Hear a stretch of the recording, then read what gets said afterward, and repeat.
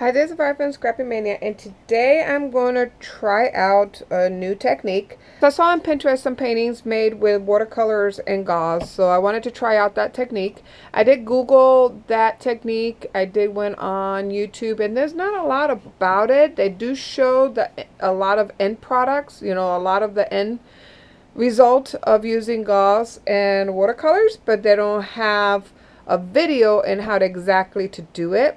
So I want to create my own video to see if I can figure it out. I got some gauze and I got my watercolors. I'm using the Aquafined watercolors by Dollar and Rowney. And then I have a big old brush. I got this new Distress Sprayer by Tim Holton. I got it on a discount. I used my 40% coupon for it. And the reason why I got it is because I like the little sprayer. It's very nice. I do like how it sprays. And then you can just squeeze it a little bit and it makes big globs. So that's why I like it. That's why I bought it. Okay, so I'm going to speed up the video and I hope you like it. So let's see what comes out of this.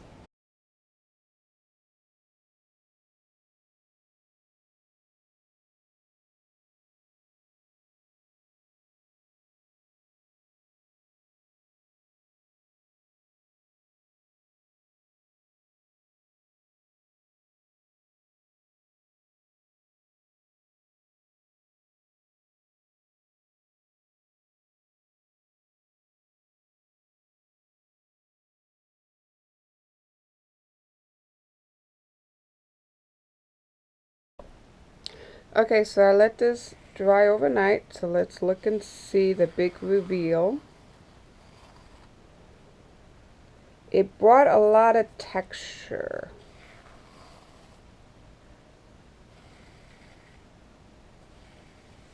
Cool. Look over here.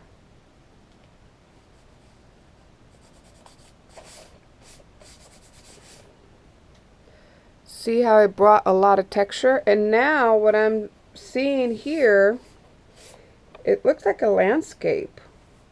I think I have a little landscape here. Some mountains in the back, maybe. Looks pretty cool.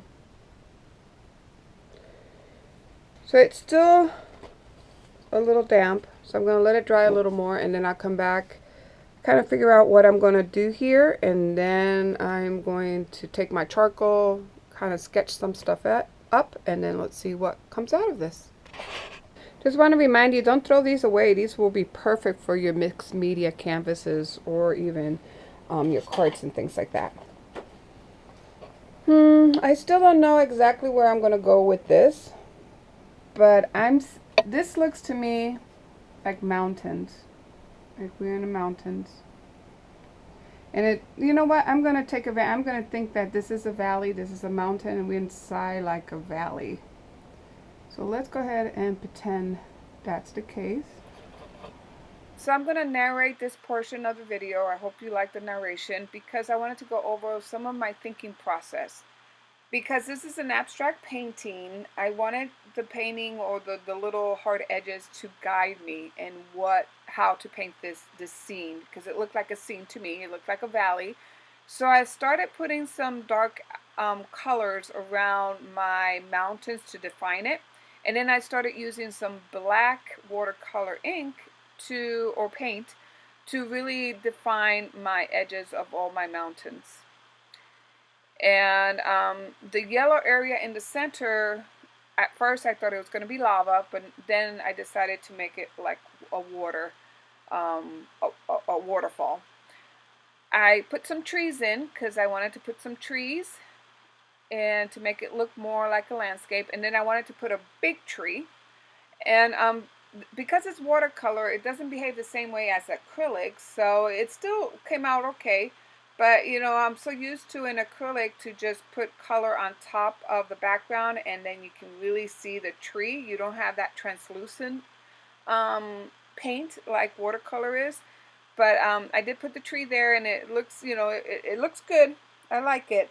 But you know, it's not a traditional way of painting tree. If you know, it would have been better if it was acrylic and you really could see the tree pop. So I'm trying to put some color on the tree trunk to make it look more like trees. After I finished doing this, I decided to use my little monster stamp because this scenery looked foreign. It didn't look like, I love the colors, and it just, to me, it looked like a foreign from another planet. So I decided to use our little monsters, and I put them all around the page, and then I'm using my watercolor pencils to really define my little monsters in the scene here. After I color in my monsters, I decided to go over it with a pen, and this is the Papermate Ink Joy pen, and I'm defining my monsters and making them pop from the page. Really like how that came out. And then there was a little area right there that I'm right now that looked like a parrot, so I decided to create a bird there. Then after I was done with that, these monsters were calling out their names, so I decided to name my monsters and also practice my handwriting, my calligraphy, to make the thin and thick strokes. So this is an empty pump marker. I got it at Jerry's Autorama, and then I just filled it with, see if I find that. I just filled it with some ink, China ink. Actually, this is super pigmented acrylic ink, because I always have an issue with white pens. This one, you'll see in a moment. Let's see if it cooperates. See, it doesn't cooperate. Now it is cooperating, but a lot of times when I try to use it, especially on acrylic paint, maybe because it's not dry enough, I got issues with it. So I decided to make my own white ink, so I decided to use that.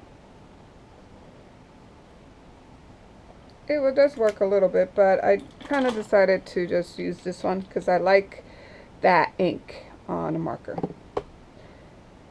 So I hope you like this video, and thank you for watching. Bye now.